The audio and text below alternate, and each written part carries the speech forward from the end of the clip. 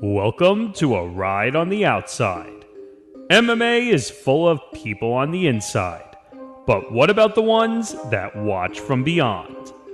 Welcome to the MMA Outsiders with Tom Albano and Zain Bando on the Empty the Bench Podcast Network.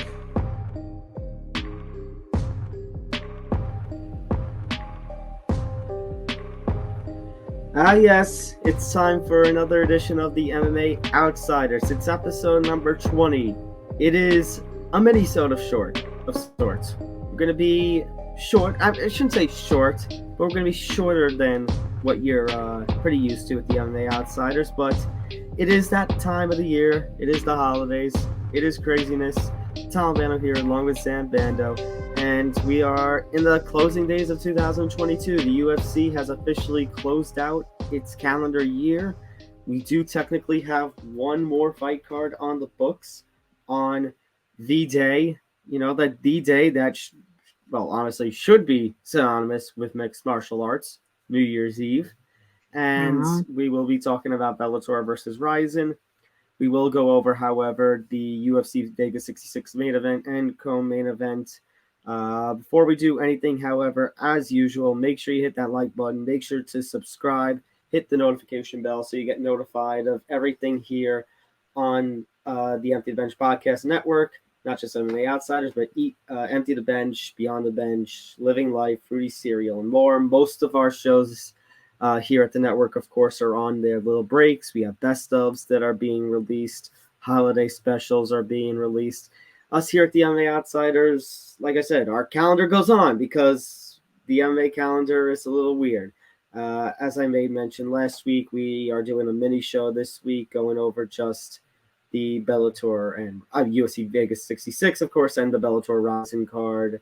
Next week, we will have our own best of, but it's not the best of like everything else on this network. It's going to be a little award show where Dan and I will sit down. We will go over little awards and such. He'll give out, who he thinks deserves the award. I'll give my agreeing or disagreeing opinion. And then the first week of January, we will be off. I'll be getting used back to the teaching life, the work life. And Zain, you will be watching your boys fighting Illinois in a bowl game. So we'll be yes, I will be. Yeah, as it will be. What's funny about that is it'll literally be. I'll be at the bowl game, and then literally a day later is when my second quarter of graduate school starts. So as you're getting back into the swing of things with teaching, I will be back in the swing of things with at school, and then we'll be right on cue because the following week we'll have to preview whatever the upcoming UFC card is going to end up being. It'll more than likely be UFC Fight Night before we get into everything with Rio. But thankfully, we'll get a couple weeks off before the MMA calendar gets insane again. And quarter one of MMA, more specifically, is going to go by really fast. And I'm looking forward to everything that's in store for 2023 as well on the combat sports circuit, if you will. And by the way, I just looked up. Yeah, unfortunately, the UFC Fight Night involving Kelvin Gastelum, that's going to headline the January 14th Fight Night card. Yeah, unfortunately, that is another Apex card. So all our hope for all the different travels that they're going to do in 2023, and we start with the Apex because, of course. Yeah, of course. There's something nice about the Apex. It's just they talk about all the travels that they're going to be returning to, and it's like, well, not exactly the way to start.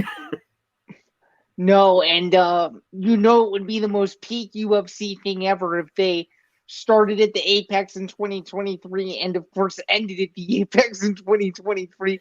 But now that I'm saying it, that's probably what's going to happen, right? Yeah, of course, that's what I predict is going to happen. Oh, by the way, congratulations, UFC. Trying to price all your customers out by making pay-per-views $80. Congratulations. The second I saw that tweet, I'm like, oh my goodness, I have to send this to him. He's gonna be so disappointed. It went up by $5 more, which means it's increased by $40 since they started with the ESPN Plus, and it's been $5 every single year. So, part of me just wants to say, because that's my feeling. Although to say I'm surprised is no, I'm not surprised at all. Actually, that's a sound effect I need. I need Nate Diaz saying I'm not surprised. Yeah, you do. And I was going to say, the only thing I can sorry. settle with is these things happen in MMA. Which I guess that's true too. Sometimes these things do happen in MMA because well, they always happen with the year. UFC. Every year it increases by $5. Right. Well, I don't know if you know this. If you buy every UFC pay-per-view and you subscribe to UFC Fight Pass, you're looking at a yearly bill of $1,350. I just add the Zone subscription, add freaking Peacock and whatever else other premium subscriptions that you're gonna have. Actually, could add YouTube TV starting next year too. Once the Sunday Ticket goes over there. No, that's true. That's true. I think you're going to see a lot of people unsubscribe from DirecTV. Yeah, but thank goodness though. Thank goodness, honestly, I don't know if the UFC did this on purpose, but thank goodness that Power Slap is on TBS and not ESPN Plus. If it was premium, Zan, I don't know if I would want to tune in. Well, thankfully it isn't. I guess that's something we'll have to talk about also without spoiling all the episodes. But yeah, it's going to be pretty much what we're trying to say is it's going to be if you thought 2022 in combat sports was busy, 2023 is going to be busy with the capital B, and it may be the word busy in all caps. It might even be the busiest year in the history of the sport. For sure. All right, Zan, let's go into the UFC Vegas 66. So, Zan, Jared Cannonier beats Sean Strickland via controversial split decision. It is something that I was kind of leaning towards seeing Cannonier get the win. However, Zan, I need to know your opinion because it feels. I mean, it's understandable, considering the numbers, considering how the fight went, that all 5 rounds would be a little mixed. But coming off of a weekend, Zan, the previous weekend, where we saw, as we discussed, the controversial decision in which the light heavyweight championship remained vacated, and Paddy Pimblett's controversial win over Jared Gordon, something just doesn't feel right that you have 2 judges going 49-46 one way, and a third judge going 49-46 the other way. So, Zan, what were your thoughts? Who did you think won the fight? Did you agree with any of the judges' scorecards? Do you think a 48-47 would have been more appropriate? What are you thinking?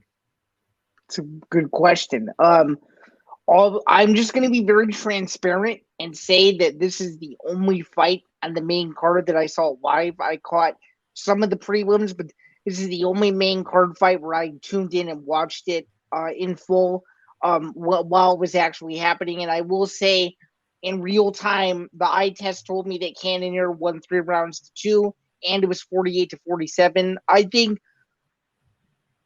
Again, what do I always say every week? You have these wrestlers, especially like Strickland, who think that, oh, I'll just take him down and I'll hold him there and that'll win me the round. And it's like, no, you have to actually do damage. And if you look at the fight and you break it down round by round, you'll notice in 3, 4, and 5, Cannonier actually does all he could to try to get Strickland out of there.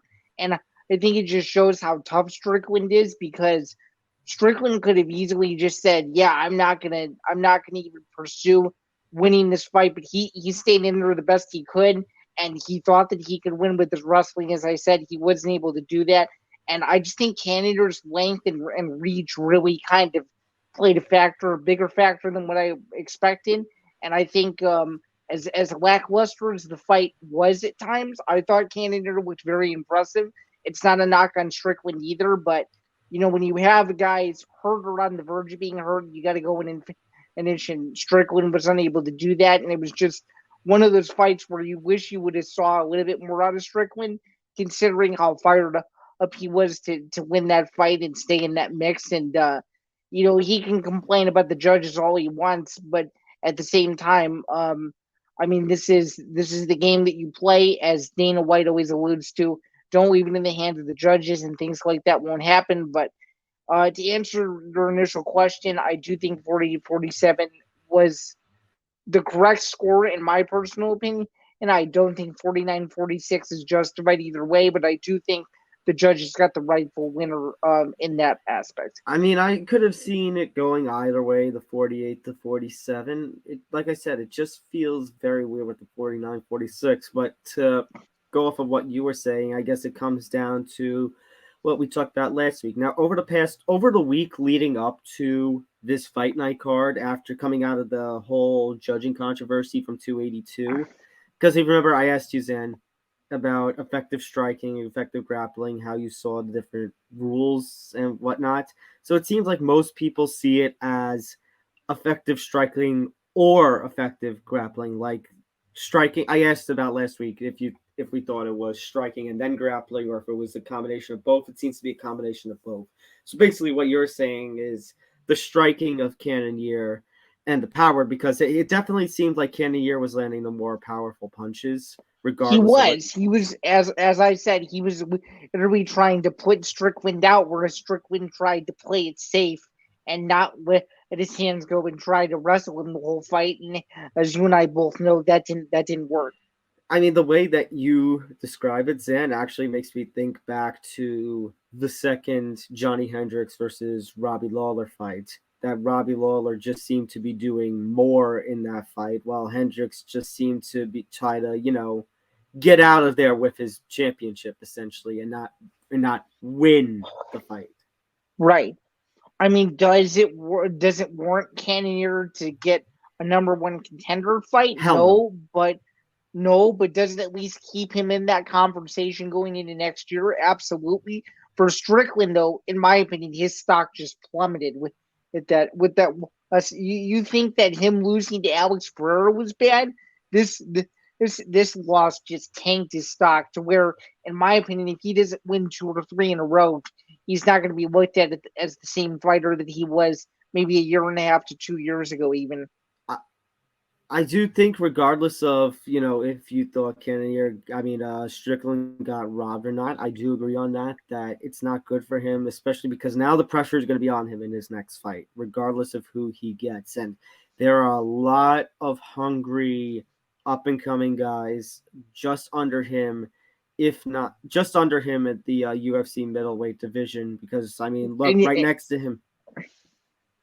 You could also argue that you could always argue, too, that some of those guys below him stylistically are more dangerous matchups than what Jared Cannonier was. I was going to say, because at number 8, you've got Roman Dolidze. At number 10, you got Dricus du Plessis. At number 12, you have Imavov, who's going to be fighting number 13, Kelvin Gastelum, as I mentioned, in the main event of the first fight night of 2023. Chris Curtis, who's been on an absolute roll ever since coming to the UFC following his little brief retirement, is number 14 in the division. Any of those guys present some troubles for Strickland. I don't think I would have guessed going into 2023 that Chris Curtis would have a legitimate chance to beat Sean Strickland, but now I'm literally questioning that and saying if they were to ever fight, that might actually occur. So if we ever get to that point, of course, but I'm just saying all the guys you just mentioned are more than capable of not just beating him, but stopping him too, especially du Plessis after what he did to Darren Till, who's been a veteran of the sport for a very long time now. So, yeah, very true. And one more loss, and it's gonna be some trouble for Strickland. It's already trouble. As far as the rest of realistically, Tom, going forward for both of these guys, who would you like to see Cannonier fight next? Just about to go into that. I look at this. I look at the middleweight rankings here, Zain, and we're talking about number one contendership. Well, obviously the next middleweight title fight that has to happen is Pereira versus Adesanya. Technically, it's 2 in MMA, 4 in combined kickboxing MMA. True. That after Adesanya went up 3 rounds and got, finished in the 5th round, obviously those two have to run it back. Robert Whittaker is waiting in the wings for basically another title match. So do you do a Whittaker Cannonier rematch? Well, first off, speaking of Whittaker, I feel so bad for him that he's not going to be able to fight in Perth anymore. That's a bummer. Yeah, thanks, Paulo Costa. Who, by the way, another guy actually right next to Strickland in the rankings, who is stock. I feel like, I know he's got the weird personality.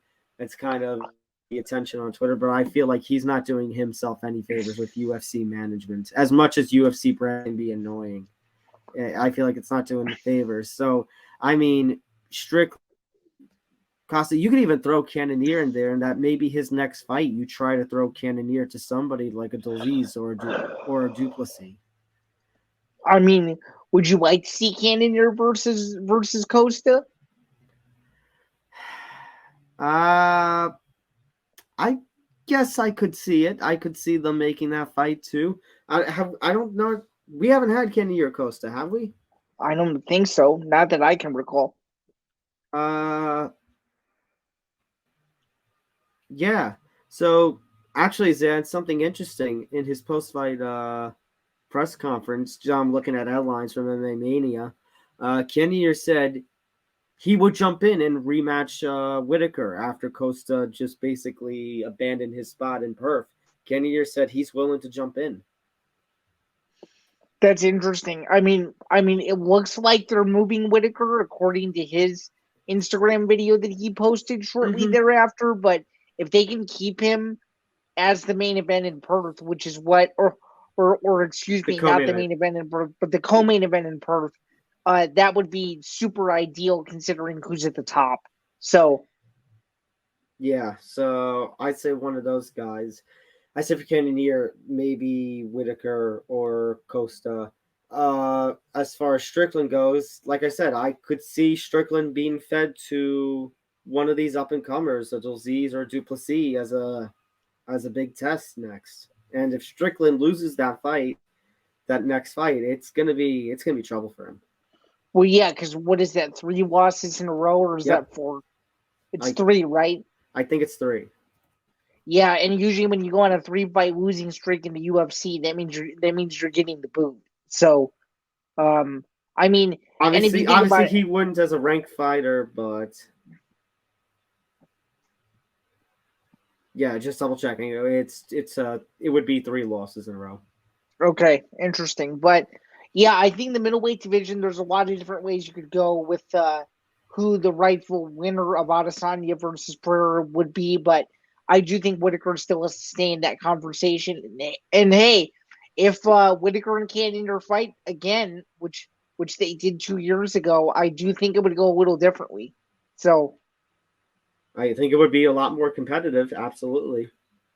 I agree. I think Cannonier's gotten better since then. And even though it went to a decision, I actually thought he looked good given the circumstances. So, yeah. All right, let's talk about that co-main event now. Arman Tsarukyan defeats Damir Ismagulov, and Tsarukyan now finds himself number 9 in the UFC lightweight rankings. He's got Jalen Turner biting at his heels, as well as Dan Hooker.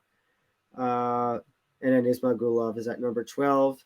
Obviously, Tsarukyan is going to need to find a way to... He's already cracked the top 10, but he's going to want to get up there more to the big guys at lightweight, your Gaethjes, your Chandlers, your Poiriers. Ahead of him in the rankings, by the way, are RDA, Gamrot, and Fiziev. Impressive performance from Tsarukyan. He definitely has solidified himself as a top 10 lightweight. The question is what fight is going to be next and what he's going to have to do to take it to the next level. I mean, I was going to ask you, would you entertain a Mateus Gamrot rematch at some point? I would. I mean, he's the biggest known. I I don't know if I want to say fight, but it's Sarukian's, most notable loss. So, And it's a fight that a lot of people thought he won. Correct. Mm-hmm. Including myself. Yeah, correct. The controversial decision. So it's 3 losses on his record, but the biggest of which is that Gamrot fight. That was a very controversial decision. So, I mean, maybe that is next. Maybe it's a Saruki and Gamrot rematch. I mean, I could see that Zain either co-headlining a fight night or headlining a fight night, especially an international fight night. For sure. And my question to you about Ismagulov is, do you think the UFC is pushing him too early, or was this the right test, in your opinion? I understand what the UFC is trying. I mean, Zain, you say that, and it's not like the UFC hasn't had a history of pushing people too quickly. Paige Van Zandt, a great example. I was going to say Sage Northcutt as well. Sage Northcutt as well. It was just brought up recently. Sage Northcutt has not fought since he got knocked out and won, hasn't he? No, he has not. Ever since he got his face blasted. Well, I mean, if you think about it, Sean O'Malley was everything that the UFC thought that Sage Northcutt was going to be. So, I mean, even Sean O'Malley, you could debate maybe getting a little. I don't want to say a push too quickly, but trying to get the top 5. I mean, what do I say? The top 3 push too quickly, maybe. Yeah, I mean, he got it faster than anyone I've ever seen. Mm-hmm. At least in my years of following the sport, that was extremely quick. I could see with Ismagulov, this is not a loss that's going to completely break him. He's going to end up rebounding at some point. I'm not too worried. So is our prediction that Tarzukian versus Gamrot is going to be next, and let's hope we're right.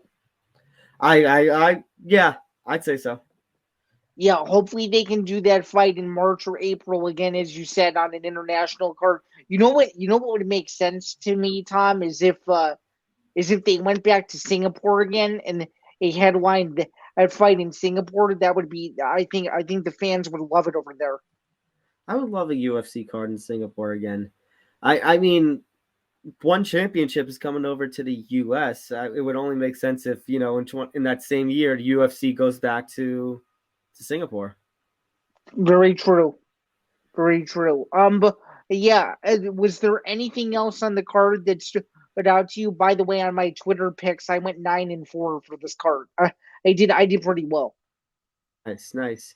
I don't know, Zain. Was this kind of seemed like a pretty low kind of fight nights? Like we mentioned, it's kind of the weird, lowly ESPN Plus card to kind of finish out the year. Although the main card definitely delivered, Zain. Drew Dober, I think, was probably one of the biggest, if not the biggest winner on this card. That Bobby Green was doing super well, and then Drew Dober just completely took him out. Alex Caceres getting a finish in 2022, almost 2023. Wow. Yeah, wow. I mean, that was a nasty head kick. Was it not? Yeah, Bruce Leroy doing it again. Mm-hmm. Amir Albazi getting his late finish. Mikhail Oleksic. I can never pronounce his name. Oleksic, thank you. Can never pronounce his name. First round finish on him over Cody Bondage. So I definitely have to say the first few fights of the main card delivered. Everything else around it, I mean, Sarukian was just a dominating performance. Cannonier Strickland, like we said, not the greatest of fights. Controversial, debatable scorecards. I wouldn't say as debatable. I wouldn't say as highway robbery as the previous week, but still not a good look when we have 49-46 one way, 49-46 the other way. And at the time in which MMA judging is, let's say, under the microscope. Very true. Tom, as we like to do on this show every week, let's give our grades for the final UFC card of the year. I'm going to be generous and give this card a B-. B- C+ would be my range. Okay. It wasn't bad, but it was average. But of course, in typical UFC fashion, they ended the year with, if we're being honest, they ended the year with a main event that nobody was asking for. Yeah, pretty much. All right, but Zan, the calendar year, however, is not done. I mean, it will be done if you're looking at it from the circumstances of where this next card is going to take place. We technically have one more card for the year. It's going to air on tape delay, and by the time it airs over here, it's already going to be New Year's over in Japan. But Zan, it is the big Bellator versus RIZIN card. I am like so excited for this. This is something I want to see. I'm definitely making this part of my New Year's plans. I want to sit and watch these fights. Obviously, RIZIN's one of those things where it's like you got to watch it at 2 a.m. and you got to go to their site to watch it. I mean, but we're actually going to get it on television here with the brand like Bellator, who is, they have a working relationship with. I'm super excited, San. I thought this was interesting. Just to get off the bat, they're gonna have Asian McKee headline the card, and not the featherweight champion Patricio Pitbull. That's interesting, but honestly, it kind of makes sense because if you think about it, is AJ McKee not Bellator's biggest star? Because I personally think he is. In I terms of think star he is power. one of their golden boys. Yeah, I think he's one of their golden boys along with Pitbull. As I've said on the show before, Sam, I think McKee and how Bellator handled McKee, the perfect example of pushing somebody. Like we're talking about pushing people. They started McKee when he was a 0-0 talent. He was making his professional MMA debut. They did not rush him. They constantly put him in fights on 3 to 4 cards a year, where they had him taking on somebody and testing him bit by bit each time, very slowly, up until the point the Grand Prix came, where he was very successful and ended up winning the Grand Prix and ended up choking up Pitbull to become featherweight champion and winning $1 million as undefeated champion. Now, he lost the championship, had his first MMA loss under some controversial, scorecards, but he did rebound in his last fight. Got to give credit where credit's due there. So for McKee, I think you're right. It's not the worst decision in the world. It's just a little strange over a champion. He's a one-loss fighter, and actually Roberto De Souza, also a one-loss fighter. You have De Souza, who is on a 10-fight winning streak, includes the grappling. Let's see, 9 of his 10 wins have come in the opening round. De Souza only fought once this other time this year. He has a victory over Johnny Case, hasn't lost since 2019. And he actually lost to Case in they fought twice. Case beat him in 2019, and Souza won the other fight. So, Zan, you look at this fight.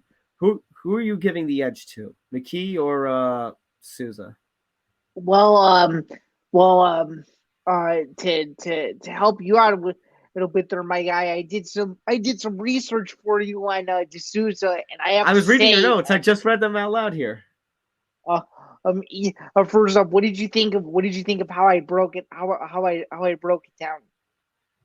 I liked it. Thank you. In looking at his resume, I'll be honest with you, I was puzzled. I was looking at some of the guys he beat and their combined records, and I was not particularly impressed. If De Souza wins this fight, I would consider this a pretty massive upset, in my opinion. Yeah, I mean, you talk about the records. Let's see here. We got 27-7, 23-11, 20-10, 21-9, 18-10, 41, 18-8. I mean, when you look at who these guys have beat, like half of them you've never heard of, unless you're like a real junkie, in my opinion. I mean, that cross-promotional stuff that some of these guys maybe in the States aren't exactly too familiar with. So just on that alone, McKee is 6 years the younger fighter. Sonic keeps popping up. He's only got a 1-inch reach height disadvantage. I mean, nothing on his resume or anything that we see from these stats, Dan, tell me that not that McKee won't have trouble, but I definitely see McKee pulling out the win. Oh, I think he should. I think he'll do it inside 2 rounds, and I think he'll win by TKO, and he won't be in any sort of trouble.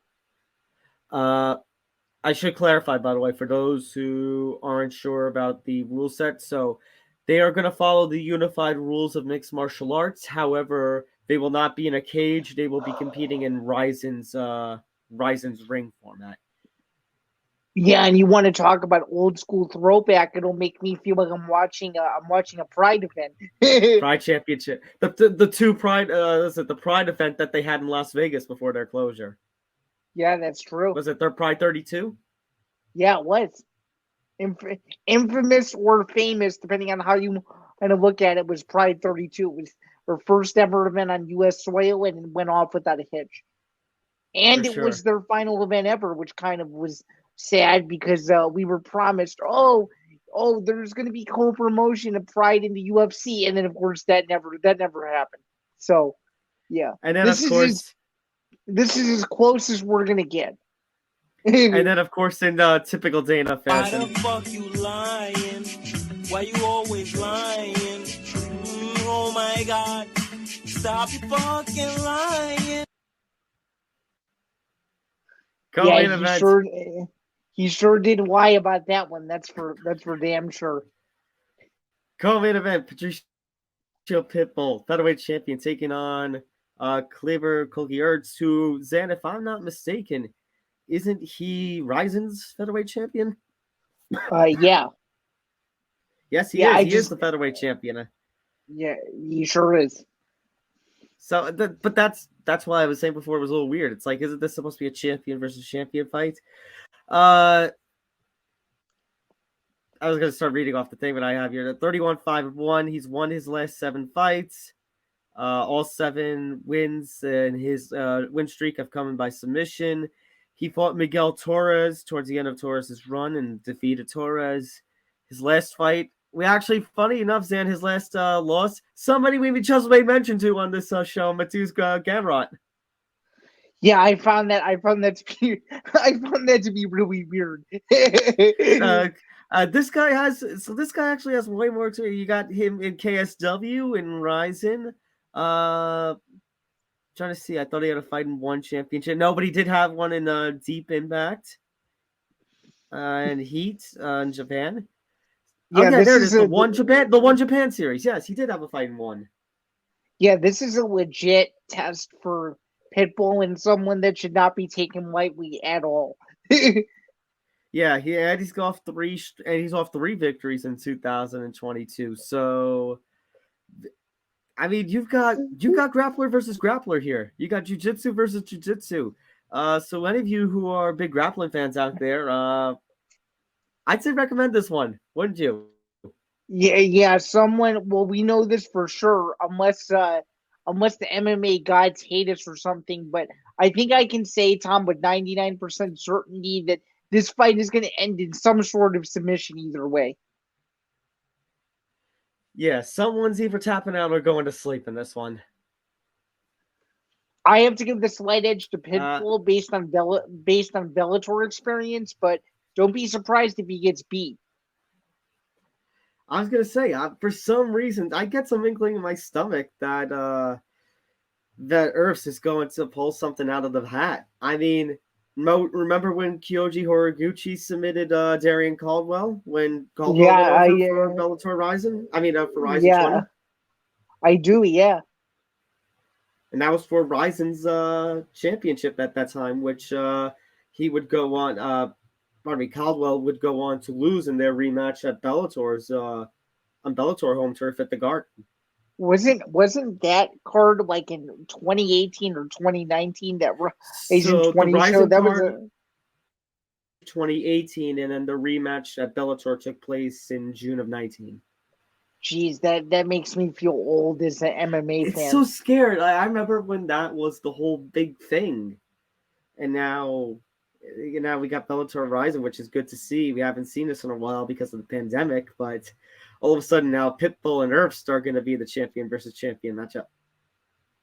Yeah, it's crazy how the sport changes in a couple of years, right? For sure. We've got Juan Archuleta. Just looking at the other fights briefly, Zan, we got Juan Archuleta going in to face Sol Chu Kim, which is going to be in a bantamweight matchup. Look at Sol Chu Kim's profile. He's 18 years old. No specific style, although he fights out of the Road Gym. I assume that's Road FC. Yeah, because he has a number of fights with Road FC. He's won 2 fights in 2022. His 2 most recent fights. He lost to Heijin Park via first round guillotine choke at the end of 2021. September 2021. And prior to that, he had a 1, 2, 3, 4, 5, 6, 7, 8, 9, 10 fight unbeaten streak. I believe it's 9-0-1 run in MMA. Before the loss to Park, he actually competed in a couple of grappling bouts in Road FC. Oh, here's a notable loss, Zan, but somebody notable he competed against. He competed in ONE FC in 2013 against Bibiano Fernandez, a ONE champion. Wow! And just imagine how old Fernandez was at the time. Would you guess around like 19 or 20 years old at that point? Something like that. That's crazy. That's crazy to think about. Most recent fight was against Hiromasa Ogikubo in RIZIN 38 in September. And Zan, that's his only fight in RIZIN. Actually, pardon me, no. He also fought the Grand Prix event in 2015, New Year's Eve 2015. Like Linares by unanimous decision. Most of his other fights are in Roach, has a few fights with actually 4 or 5 fights with ONE championship.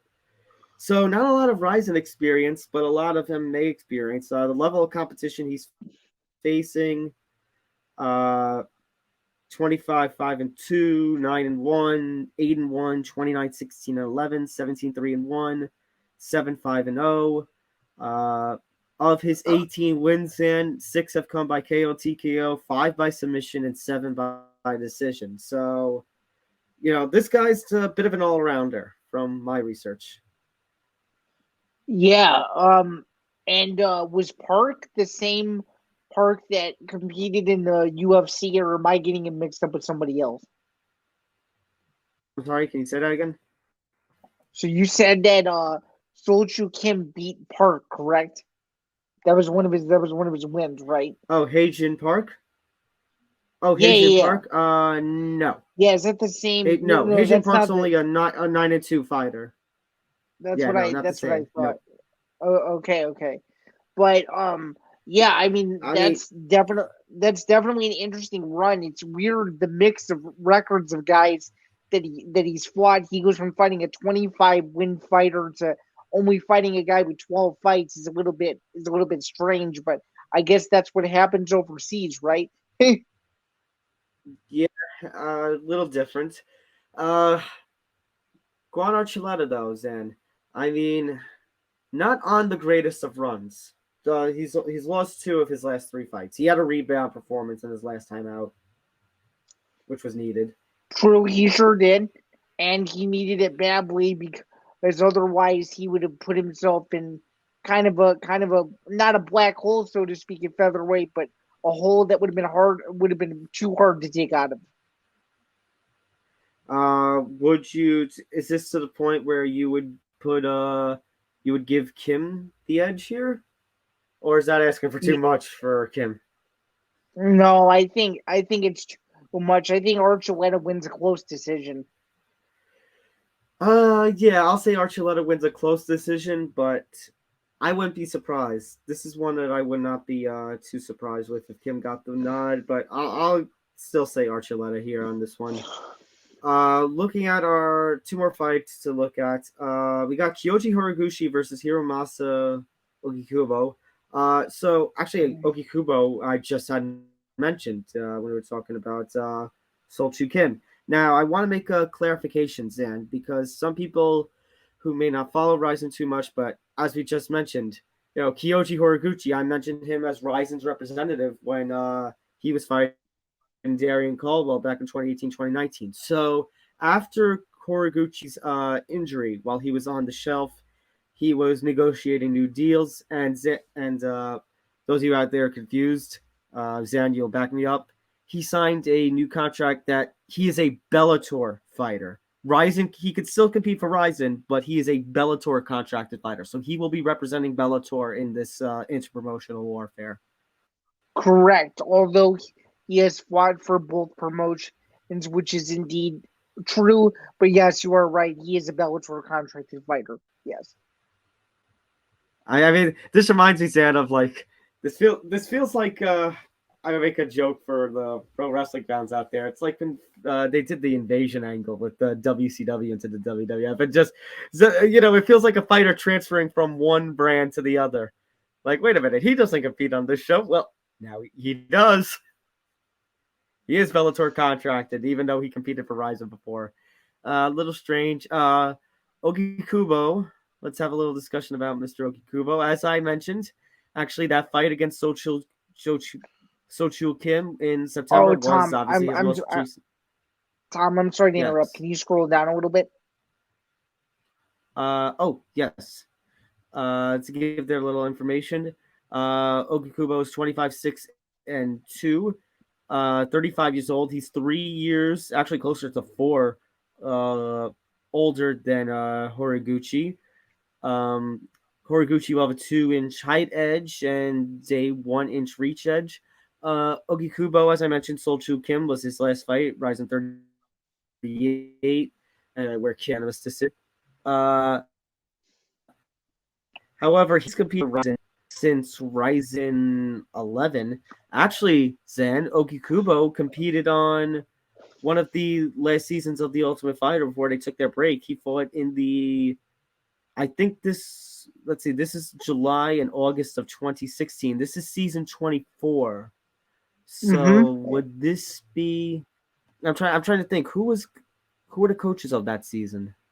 2016. Well, there were two seasons that year. One of them was Cody Garbrandt and TJ Dillashaw, I think, but I don't remember who the other one was. I have to think about that. Oh, this was the Tournament of Champions one. This is the one for the guys who were trying to fight Mighty Mouse. Oh yeah. This was the flyweight championship one. Actually, Zain, that's Ogi weird Kubo to think was about. the one who lost to Tim Elliott in the. Ogi Kubo was the one who lost to Tim Elliott in the final. He actually, in that Ultimate Fighter season 24 season, he submitted Nikazulu, who I believe was the EFC Africa flyweight champion at the time. He was. I remember that. He defeated Adam Antolin, who was the champion of. I'm actually going to jump to Antolin's profile because I forgot. Was it Tai Chi or was it West Coast FC?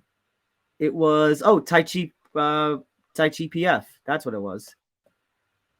And then in the semifinals, Zain, Ogi Kubo defeated a name that's very familiar to us now in Alexander Pantoja. See, that's when you know MMA is a weird sport, right? That's weird. Yeah. The things the things you learn about every card. That's weird. Zain, he's also competed in Shuto, M1, Glory Kickboxing, and Zain, Ogi Kubo has UFC experience. So he fought at UFC 82, lost by first round TKO to Diego Sanchez. He fought at UFC 82. That's crazy. He fought at UFC 89, defeated Jess Liaudin, and he fought at UFC 97, losing by first round rear naked choke to Mark Bosek. That one I remember. Then that one I remember. He fought at Pride Bushido 13 against Mitsuhiro Ishii. That's crazy. His first fight goes all the way back to 2001. This is a real veteran we're talking about. Yeah, you want to talk about a veteran. This is as veteran as it gets, if you will. That's unbelievable. I didn't say Koji Horiguchi is also a veteran of MMA as well. He has just as much experience, if not even a little bit more, in terms of the level of competition that he's fought too. Oh, Zan, by the way, let's see. Before the loss to Solchul Kim, he was on a 5-fight win streak. He actually has a pair of fights with Kai Asakura, Naoki Inoue. Like going into his numbers, by the way, he's got 28 wins in MMA, not surprised. Most of them, however, have come by decision. So that's somewhat problematic. And yet I still feel like Horiguchi might have a little problem with the experience that Okikubo has. I know that's weird. Hey, not to make this too far-fetched, but if Okikubo keeps winning, could the UFC come calling again? I don't know if I'd go that far, Zan, but stranger things have happened in the sport. Seeing the UFC has done some crazy things over the years. I can't believe this guy is that much of a veteran. Wow, I'm impressed. Okay, are we both picking Are we both picking Okikubo? I'm picking Okikubo by decision. I'm gonna do it. Okikubo by decision. I'll take Okikubo too, but as I alluded to last week, 2 weeks ago, I predicted there was going to be one draw. This could be it. Oh God, Zan, don't do that to us, please. I don't know if I can handle another draw after what happened in the light heavyweight title fight. You never know. You never know. We're in Japan. One more fight to go over, Zan. It's Kochi Takeda taking on Gadzi Ravadana. We might as well break all these fights down since we've gone through all 4 so far. Let's see. We got height edge barely to Rabadanov, and we got a 3-inch reach advantage over to Rabadanov as well. Looking at their statistics, Zan, starting with Takeda, who is a 15-3 fighter. And let's see here. Actually has UFC experience. Actually, Zan, I think this is a RIZIN versus RIZIN fight, if I'm not mistaken.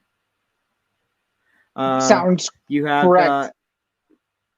By the way, just a heads up, he has won 2 fights in a row.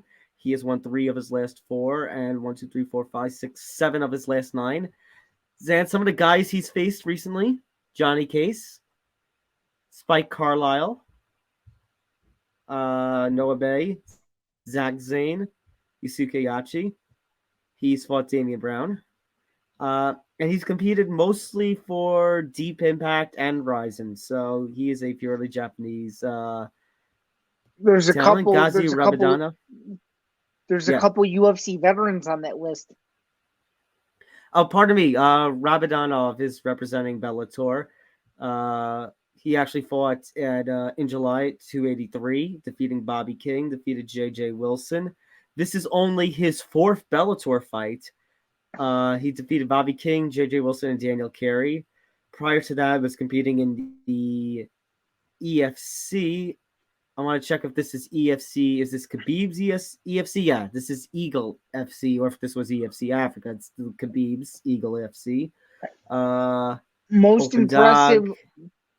impressive win on that list from the last 4 to 5 fights was probably J.J. Wilson, right? Correct, defeating him via unanimous decision earlier this year at 276 when J.J. Wilson was still undefeated at 8-0. Right. So 4 straight wins. Pretty tough competition. I might lean towards Rabazanov in this one, but this is a pretty decent opener. Who do you got? Rabadanov by decision. Okay, I like Takada the opposite by decision, but it should be a good fight. Yeah, this is one of those. This is one that I think could be a very close fight. All right. Okay, if you were to give a fight of the night, and if you were to give a fight of the night go ahead. prediction, if you were to give a fight of the night prediction, who would you give it to? I would give it to I would do the Herbs fight, the co-main event. That's my fight of the night. Pitbull versus Herbs. It would either have to be that. It would either have to be that or that opener of Takeda or Rabadanov for me.